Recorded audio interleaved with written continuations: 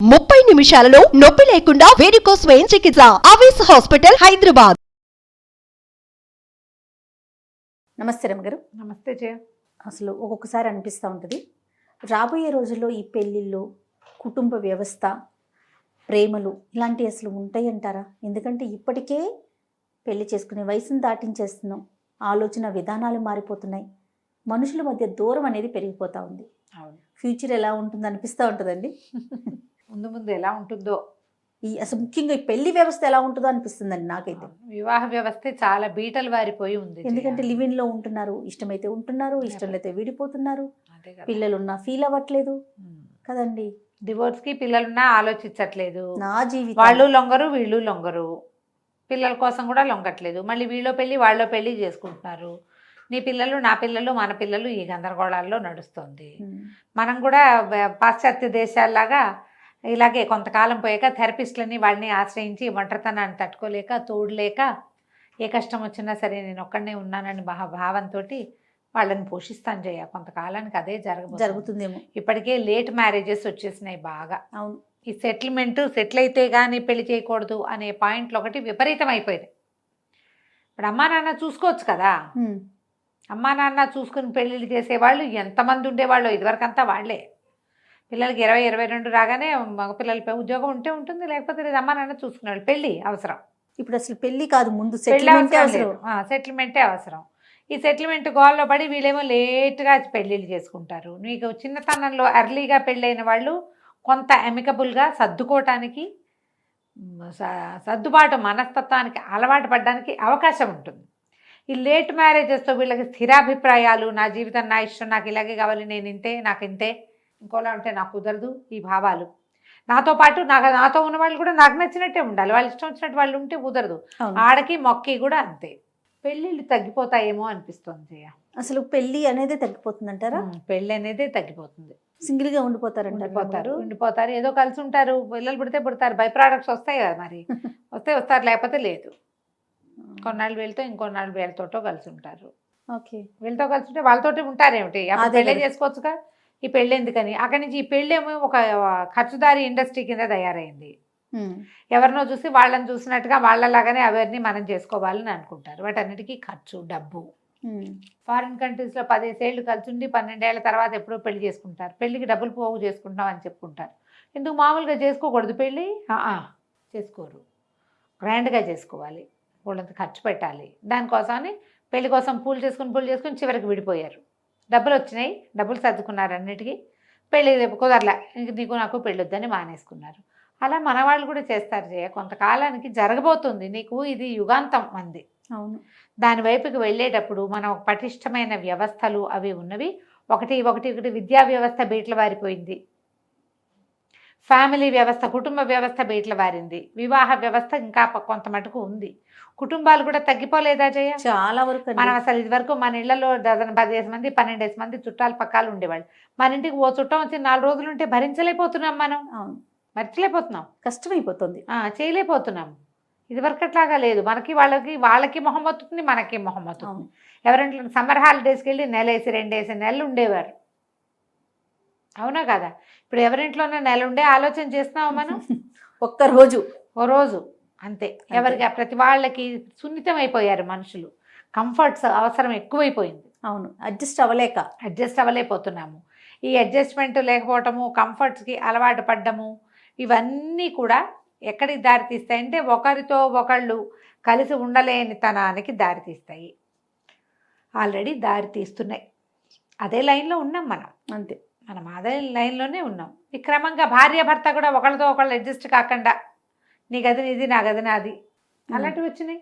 నీ తరహా వేరు, నా నీ అన్నం వేరు, నా అన్నం వేరు, నీ టైం వేరు, నా టైం వేరు, కలిసి అన్నాలు తినే భోజనాలు చేయటము అవి మానేశారు. ఎవరి టైమింగ్స్ వాళ్ళవి. పెద్ద పిల్లలు ఉన్న ఇళ్లలో కూడా అమ్మా నాన్న ఓసారి, పిల్లలు ఒకసారి తింటూ ఉంటారు. పిల్లలు కూడా ఎవరి దారిని వాడే.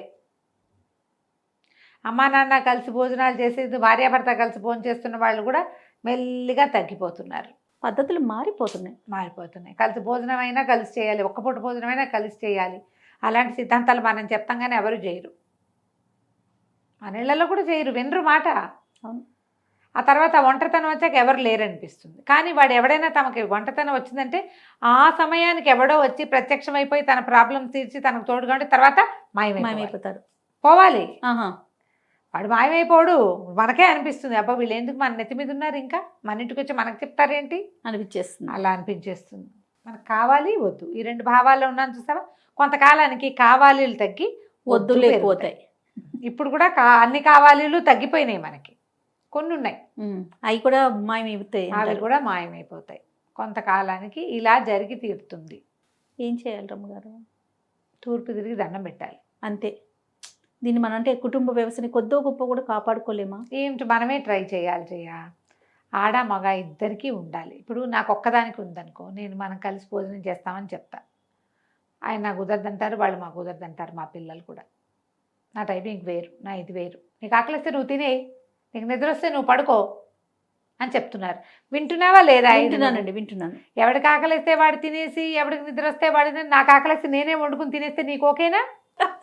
అర్థమైతే ఇప్పుడు ఆకలిస్తే నేను వండుకు తినేసా, అయిపోయింది. నీకు ఆకలిస్తే వండుకు తిను, లేకపోతే గంగలో దూకు. కొన్నాళ్ళకి అది కూడా వస్తుంది, వచ్చేస్తుంది. అది వస్తుంది కదా. నీకు నిద్ర వస్తే పడుకో, నీకేం ఎవరితో కావాలంటే వాళ్ళతో వెళ్ళిపో అంటారు కదా, అంతే, అదే వచ్చేస్తుంది. సో మనం అందుకని వారంలో కొన్ని రోజులైనా కలిసి భోజనం చేయటము, కలిసి ఎక్కడికైనా వెళ్ళటము, కలిసి గుడికి వెళ్ళటము, కలిసి పని చేసుకోవటము, కలిసి ఏదైనా ఫంక్షనో పార్టీయో ఎక్కడికైనా అటెండ్ చేయటము. ఎప్పుడూ ఒంటరి ప్రయాణం బోరే, జంటగా ఉంటేనే బాగుంటుంది. ఎవరికి వాళ్ళు చేయాల్సి, ఎవరికి వాళ్ళు. పోనీ కనీసం నువ్వు నాతో ఉండద్దు, జంటతోటైనా ఉండు. వారానికో నెలకో 15 రోజులకో ఒక్కసారి నా కుటుంబంతో కలవండి. ఫారిన్ కంట్రీస్లో 3-5 ఏళ్ళకి ఒకసారి కూడా ఫ్యామిలీని కలవని వాళ్ళు ఉంటారట. మన దేశంలో కూడా వచ్చినాయి కదమ్మా ఇప్పుడు, వచ్చేస్తుంది. అక్కడెక్కడో ఉద్యోగాలు, అక్కడ ఫారిన్ కంట్రీస్లో ఉన్నారు, ఢిల్లీలో ఉన్నారు, లేదా హిమాచల్ ప్రదేశ్లో ఉన్నారు. వీళ్ళు ఇక్కడెక్కడో పల్లెటూరులో ఉంటారు. వాళ్ళు వీళ్ళు కలవడం కుదరదు. వాళ్ళ సెలవులు ఇచ్చినప్పుడు ఇక్కడ సెలవులు ఉండవు, మిగిలిన వాళ్ళు ఎవరూ రారు. ఈ ధోరణి మార్చుకోండి. అప్పుడు మనం ఏదైనా కొంచెం దీన్ని ఈ మన వ్యవస్థలు అంత బీటుబారిపోకుండా, అంత బీటలు వారకుండా, అంత చెడిపోకుండా, దొందబారిపోయి ఇవి బుగిలిపోయి లోపల పైకి చక్కగా కనపడుతుంది, లోపలంతా డ్రై ఉండదు. అలా చేయబోకండి. లోపల కూడా ఒక మాయిశ్చర్ ఉంచుకోండి. మనం కలిసి ఉంటేనే మన జీవితాలు బాగుంటాయి. ప్రాబ్లమ్స్ అంటారా ఉంటాయి, ప్రతి వాళ్ళకి ఎవడి వాంటింగ్ వాడికి ఉంటుంది. దాంతోపాటు మనకు గ్రూపుకు ఒక వాంటింగ్ ఉండాలి. ఎంతసేపు ఏకలు తొక్కలు తీసేయద్దు. ప్రతిదానికి ఏదైనా ఒక విషయం తెలియగానే దాని మీద 100 మంది మాట్లాడుకోవటం, 100 సార్లు డిస్కస్ చేయటం, అవి చేయకూడదు ఫ్యామిలీస్లో. అప్పుడు కొంచెం కలిసి ఉండటానికి అవకాశం ఉంది. ఇక వివాహం అంటారా, మనం బాగా ఉంటే, అమ్మా నాన్న కొట్టు చావకుండా ఉంటే పిల్లలకి వివాహ బంధం మీద అపనమ్మకం ఉండదు. చాలామంది పిల్లలు ఏం చెప్తారంటే, జయ నేను మాట్లాడిన వాళ్ళంతా, మా అమ్మ నాన్న ఎప్పుడు కొట్టుకుంటారండి, మా పిన్ని బాబాయ్ ఎప్పుడు కొట్టుకుంటారు, మా మామయ్య అత్తయ్య అయితే ఆవిడ ఎంతసేపు పుట్టింట్లోనే ఉంటుంది. ఎందుకు వచ్చిన పెళ్ళి? మా అన్నయ్యని మా వదిన కుక్క పిల్లని చేసి ఆడిస్తుంది, ఆవిడ క్వీను, వీడు సర్వెంటు. ఎందుకు వచ్చిన పెళ్ళి? సమానంగా లేదు, అందుకని పెళ్ళొద్దు. మా అమ్మ తెగ చాకరీ చేస్తుంది, మా నాన్నకి పెళ్ళి అంటే బానిసత్వం అని నమ్ముతారు కొంతమంది. మీరు సరిగ్గా ఉంటేనే మీ పిల్లలకి అర్థమవుతుంది. ఇప్పుడు పాతకాలం పెద్దవాళ్ళకి, పురాతనమైన వాళ్ళకి మనం చెప్పలేం. మనం ఎవరికి చెప్పగలం? 50-60s వాళ్ళకైనా చెప్పగలుగుతాం కదా. 50-60 పేరెంట్సే 30s తాలూకు అమ్మా నాన్నలుగా ఉంటారు. అవును. 50-40 వాళ్ళు లేటెస్ట్ పిల్లలు, ఇంకా పెళ్ళిళ్ళు చేసుకోవడానికి ఇంకా రెడీ కాబోతున్న పిల్లలకి అమ్మా నాన్నలుగా ఉంటారు. మీరు కనుక మీ ఫ్యామిలీ ఇష్యూస్ని సార్ట్అవుట్ చేసుకుని పిల్లల ముందు కొట్లాడుకోకుండా మీ సంసారాన్ని సరిగ్గా తీసుకెళ్తే మీ పిల్లలకి ఓహో ఫ్యామిలీ ఇలా నాన్న మొగుడు పెళ్ళాం కలిసి ఉండటం, ఆడది మగవాడిని చూసుకోవడం, మగవాడు ఆడదాన్ని చూసుకోవడం అనే పాయింట్ మీద అర్థమవుతుంది. మీరు అది అర్థమయ్యేలాంటి పరిస్థితులు ఉండనివ్వకపోతే ఎట్లా? డిఫరెన్సెస్ ఆఫ్ ఒపీనియన్స్ ప్రతి చోట ఉంటాయి. ప్రతి చోట భిన్నాభిప్రాయాలు, భేదాభిప్రాయాలు, అభిప్రాయ భేదాలు అన్ని చోట్ల ఉంటాయి. మనం ఒక చోట పెరిగాం, వాళ్ళు ఇంకో చోట పెరిగారు. మన ఊరు వేరు, వాళ్ళ ఊరు వేరు. మన మామిడికాయ పప్పు, వాళ్ళ మామిడికాయ పప్పు వేరుగా ఉండే అవకాశాలు కూడా ఉన్నాయి కదా. అవునా? వంకాయలో మామిడికాయ వేస్తావా జయ? నువ్వు వేయవు కదా. ఈ నెల్లూరు వైపు అందరూ మామిడికాయ వేసుకుంటారు.